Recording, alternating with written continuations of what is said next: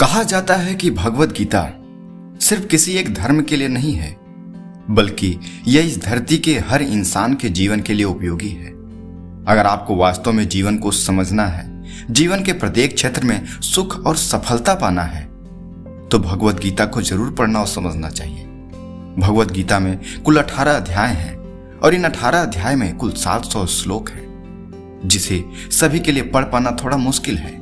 इसलिए हम भगवत गीता के महत्वपूर्ण 101 विचारों के बारे में बात करने वाले हैं, जिसे जानकर आप भगवत गीता का पूरा मतलब समझ पाओगे। इसलिए इसे हर सुबह जरूर सुनिए। मनुष्य इस पृथ्वी पर ज्ञान प्राप्त करने के लिए ही आया है।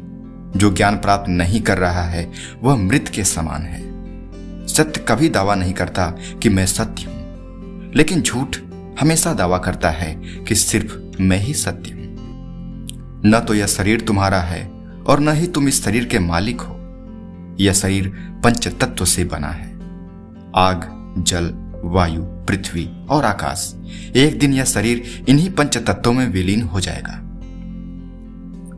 जिस प्रकार से प्राकृतिक मौसम में बदलाव आता है, ठीक उसी प्रकार जीवन में भी सुख दुख आता रहता है। वह कभी अस्थायी नहीं रहते हैं।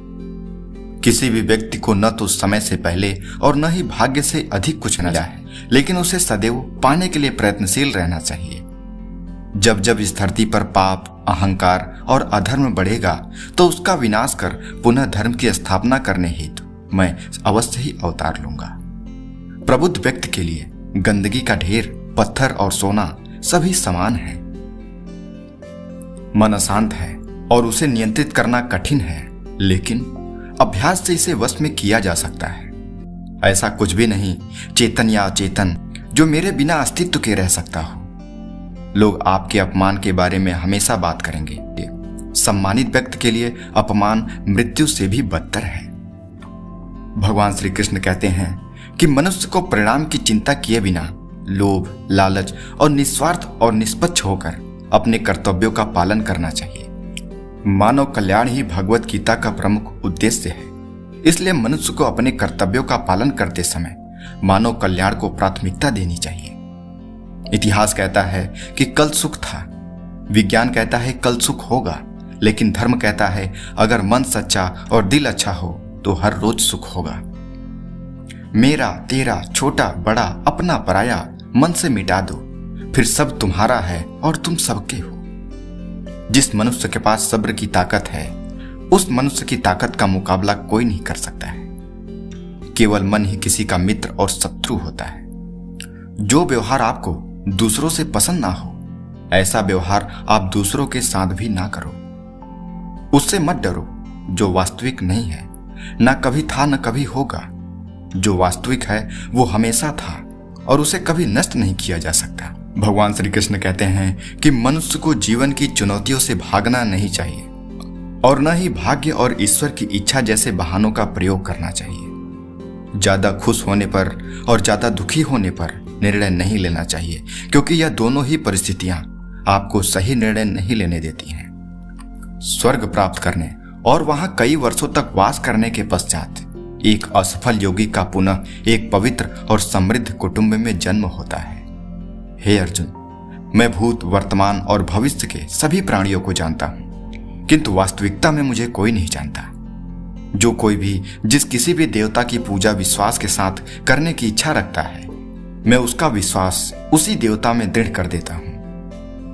हे अर्जुन, तुम्हारा क्या गया जो तुम रोते हो?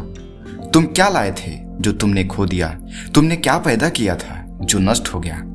तुमने जो लिया यहीं से लिया, जो दिया यहीं पर दिया। जो आज तुम्हारा है कल किसी और का होगा, क्योंकि परिवर्तन ही संसार का नियम है। इस संसार में हम खाली हाथ आए थे और खाली हाथ ही जाएंगे। जो आज हमारा है वह कल किसी और का होगा। इसलिए हम अपने जीवन में जो भी करते हैं उसे पूरी श्रद्धा के साथ अपने इष्ट देव को समर्पित कर देना चाहिए। जिस मनुष्य के अंदर ज्ञान की कमी और ईश्वर में श्रद्धा नहीं होती, वो मनुष्य जीवन में कभी भी आनंद और सफलता को प्राप्त नहीं कर पाता। जो इस लोक में अपने काम की सफलता की कामना रखते हैं, वे देवताओं का पूजन करें। जीवन न तो भविष्य में है न अतीत में है, जीवन तो बस इस पल में है। इस जीवन में ना कुछ खोता है ना व्यर्थ होता है। इंसान को जीवन में अपनी इच्छाओं के अनुरूप जीने के लिए जुनून की आवश्यकता होती है, वरना हर इंसान की परिस्थितियां तो हमेशा विपरीत ही होती हैं। वो जो सभी इच्छाएं त्याग देता है और मैं और मेरा की लालसा और भावनाओं से मुक्त हो जाता है, उसे शांति प्राप्त होती है। ईश्वर से किए गए प्रार्थना से इंसान की परिस्थितियां तकदीर बदले या न बदले, पर उस प्रार्थना से इंसान के चरित्र में बदलाव जरूर आता है। जब इंसान की जरूरत बदल जाती है, तब इंसान के बात करने का तरीका भी बदल जाता है। जब तक शरीर है तब तक कमजोरियां तो होती रहेंगी, इसलिए कमजोरियों की चिंता छोड़ो और जो सही कर्म है उस पर ध्यान लगाओ। मैं अपने कर्मों से बंधा हुआ नहीं हूं, क्योंकि मुझे मेरे द्वारा किए गए कर्मों के प्रतिफल की कोई इच्छा नहीं है। श्री कृष्ण कहते हैं कि यद्यपि मैं इस तंत्र का रचयिता हूं, लेकिन सभी को यह ज्ञात होना चाहिए कि मैं कुछ नहीं करता और मैं अनंत हूं। बुद्धिमान व्यक्ति को समाज कल्याण के लिए बिना आसक्ति के कामना करना चाहिए। ईश्वर की शक्ति मनुष्य के होश, भावनाएं और मन की गतिविधियों के माध्यम से सदा उसके साथ रहती हैं। श्री कृष्ण अर्जुन से आगे कहते हैं कि माफ करना और शांत रहना सीखिए। ऐसी ताकत बन जाओगे कि पहाड़ भी रास्ता देगा। आत्मज्ञान की तलवार से काटकर अपने हृदय से अज्ञान के संदेह को अलग कर दो। अनुशासित रहो, उठो। जो मनुष्य अपने मन को नियंत्रित नहीं कर पाता, उसका मन उसके लिए शत्रु के समान कार्य करता है। जो हमेशा मेरा स्मरण या चिंतन करते हैं, मेरी पूजन करते हैं, मैं व्यक्तिगत रूप से उनके कल्याण का उत्तरदायित्व लेता हूँ। हे अर्जुन, वह जो वास्तविकता में मेरे लिए उत्कृष्ट जन्म और गतिविधियों को समझता है, वह शरीर त्यागने के बाद पुनः जन्म नहीं लेता और मेरे धाम को प्राप्त हो जाता है। हे अर्जुन, हम दोनों ने कई जन्म लिए हैं, मुझे याद है, लेकिन तुम्हें नहीं। कभी ऐसा समय नहीं था जब मैं, तुम या ये राजा महाराजा अस्तित्व में नहीं थे। ना ही भविष्य में कभी ऐसा होगा कि हमारा अस्तित्व समाप्त हो जाए। तुम उसके लिए शोक करते हो जो शोक करने के योग्य नहीं है, और फिर भी ज्ञान की बातें करते हो। बुद्धिमान व्यक्ति ना जीवित और ना ही मृत व्यक्ति के लिए शोक करते हैं। जो कार्य में निष्क्रियता और निष्क्रियता में कार्य देखता है, वह एक बुद्धिमान व्यक्ति है। जो लोग परमात्मा को पाना चाहते हैं, वह ब्रह्मचर्य का पालन करें। मन अवश्य ही चंचल होता है, लेकिन उसे अभ्यास और वैराग्य के माध्यम से वश में लाया जा सकता है। जो मन को नियंत्रित नहीं करते, उनके लिए वह शत्रु के समान कार्य करता है। जो व्यक्ति आध्यात्मिक जागरूकता के शिखर तक पहुंचे हैं, उनका मार्ग है निस्वार्थ कर्म। जो भगवान के साथ संयोजित हो चुके हैं, उनका मार्ग है स्थिरता और शांति। वह व्यक्ति जो सभी इच्छाएं त्याग देता है और मैं और मेरे की लालसा और भावनाओं से मुक्त हो जाता है, उसे अपार शांति की प्राप्ति होती है। बुद्धिमान व्यक्ति कामुक सुख में आनंद नहीं लेता। संयम, सदाचार, स्नेह एवं सेवा ये गुण सत्संग के बिना नहीं प्राप्त होते। ईश्वर ने हमें जो कुछ भी दिया है, वही हमारे लिए पर्याप्त है और यही एक अटल सत्य भी है। गीता में आगे बताया जाता है कि मुक्ति का मुख्य द्वार केवल भगवत भक्ति से ही है, जिसे सभी को स्वीकार करना चाहिए। हे अर्जुन, केवल भाग्यशाली योद्धा ही ऐसा युद्ध लड़ने का अवसर पाते हैं जो स्वर्ग के द्वार के समान है। मेरी कृपा से ही कोई सभी कर्तव्यों का निर्वाह करते हुए बस मेरी शरण में आकर अनंत अविनाशी निवास को प्राप्त करता है। प्रबुद्ध व्यक्ति सिवाय ईश्वर के किसी और पर निर्भर नहीं रहता। सब धर्मों का परित्याग करके तुम एक मेरी ही शरण में आओ, मैं तुम्हें समस्त पापों से मुक्त कर दूंगा। तुम शोक मत करो। मैं सभी प्राणियों को समान रूप से देखता हूँ। ना कोई मुझे कम प्रिय है ना अधिक, लेकिन जो मेरी प्रेम पूर्वक आराधना करते हैं वो मेरे भीतर रहते हैं और मैं उनके जीवन में आता हूँ। मैं उन्हें ज्ञान देता हूँ जो सदा मुझसे जुड़े रहते हैं, जो मुझे प्रेम करते हैं। प्रत्येक बुद्धिमान व्यक्ति को क्रोध और लोभ त्याग देना चाहिए, क्योंकि इससे आत्मा का पतन होता है। मनुष्य अपने हृदय से जो दान कर सकता है वो अपने हाथों से नहीं कर सकता, और मौन रहकर जो कुछ वो कह सकता है वो शब्दों से नहीं कह सकता। मेरे लिए ना कोई घृणित है ना प्रिय है, किंतु जो व्यक्ति भक्ति के साथ मेरी पूजा करते हैं वो मेरे साथ हैं और मैं उनके साथ हूँ। हे पार्थ, मैंने और तुमने अपने कर्तव्यों को निभाने के लिए धरती पर कई अवतार लिए हैं, लेकिन मुझे याद है और तुम्हें नहीं। जो इंसान किसी की कमी को पूरा करता है वो सही अर्थों में महान होता है। हमारी व्यर्थ की चिंता और मन का भय एक ऐसा रोग है जिससे हमारी आत्मीय शक्ति बिखर जाती है। जो बीत गया उस पर दुख क्यों करना, जो है उस पर अहंकार क्यों करना, और जो आने वाला है उसका मोह क्या करना। याद रखना, अगर बुरे लोग सिर्फ समझाने से समझ जाते तो बांसुरी बजाने वाला भी कभी महाभारत होने नहीं देता। जब वे अपने कार्य में आनंद खोज लेते हैं तब वे पूर्णता को प्राप्त करते हैं। व्यक्ति जो चाहे वो बन सकता है यदि वह विश्वास के साथ इच्छित वस्तु पर लगातार चिंतन करे। मैं उष्मा देता हूँ, मैं वर्षा देता हूँ और रोकता भी हूँ, मैं अमृत भी हूँ और मैं ही मृत्यु भी हूँ। वह जो इस ज्ञान में विश्वास नहीं रखते मुझे प्राप्त किए बिना जन्म और मृत्यु के चक्र का अनुगमन करते रहते हैं। लोग अपने अपमान के बारे में हमेशा बात करेंगे। सम्मानित व्यक्ति के लिए अपमान मृत्यु से बदतर है।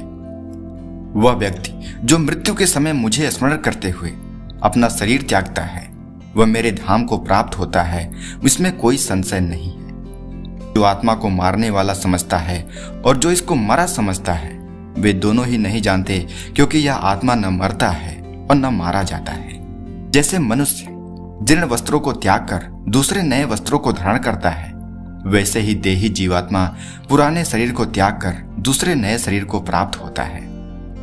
आत्मा किसी काल में भी न जन्मता है न मरता है और न यह एक बार होकर फिर अभाव रूप होने वाला है। आत्मा अजन्मा, नित्य, शाश्वत और पुरातन है। शरीर के नाश होने पर भी इसका नाश नहीं होता। जन्म लेने वाले के लिए मृत्यु उतनी ही निश्चित है जितना कि मृत्यु होने वाले के लिए जन्म लेना। इसलिए जो अपरिहार्य है उस पर शोक मत करो। अच्छे कर्म करने के बावजूद भी केवल आपकी बुराइयां ही याद रखेंगे, इसलिए लोग क्या कहते हैं इस पर ध्यान मत दो। तुम अपना कर्म करते रहो। किसी और का काम पूर्णता से करने से कि अपना काम करें, भले ही उसे अपूर्णता से करना पड़े। ज्ञानी व्यक्ति को कर्म के प्रतिफल की अपेक्षा कर रहे अज्ञानी व्यक्ति के दिमाग को स्थिर नहीं करना चाहिए। बिना फल की कामना से किया गया कर्म ही सच्चा कर्म है। ईश्वर चरण में हो समर्पण वही केवल धर्म है। इंसान हमेशा अपने भाग्य को कोसता है, यह जानते हुए भी कि भाग्य से भी ऊंचा उसका कर्म है जो उसके स्वयं के हाथों में ही है। सही कर्म वह नहीं जिसके परिणाम हमेशा सही हों, अपितु सही कर्म वह है जिसका उद्देश्य कभी गलत ना हो। अपने कर्म का पालन करो, क्योंकि वास्तव में कर्म अकर्म से बेहतर है। गीता में कहा गया है, कोई भी अपने कर्म से भाग नहीं सकता, कर्म का फल तो भुगतना ही पड़ता है। इस संपूर्ण संसार में कोई भी व्यक्ति महान नहीं जन्मा होता, बल्कि उसके कर्म उसे महान बनाते हैं। अपने अनिवार्य कार्य करो, क्योंकि वास्तव में कार्य करना निष्क्रियता से बेहतर है। सज्जन व्यक्तियों को सदैव अच्छा व्यवहार करना चाहिए, क्योंकि इन्हीं के पद चिन्हों पर समान व्यक्ति अपने रास्ते चुनता है। बुद्धिमान को अपनी चेतना को एकजुट करना चाहिए और फल के लिए इच्छा छोड़ देनी चाहिए।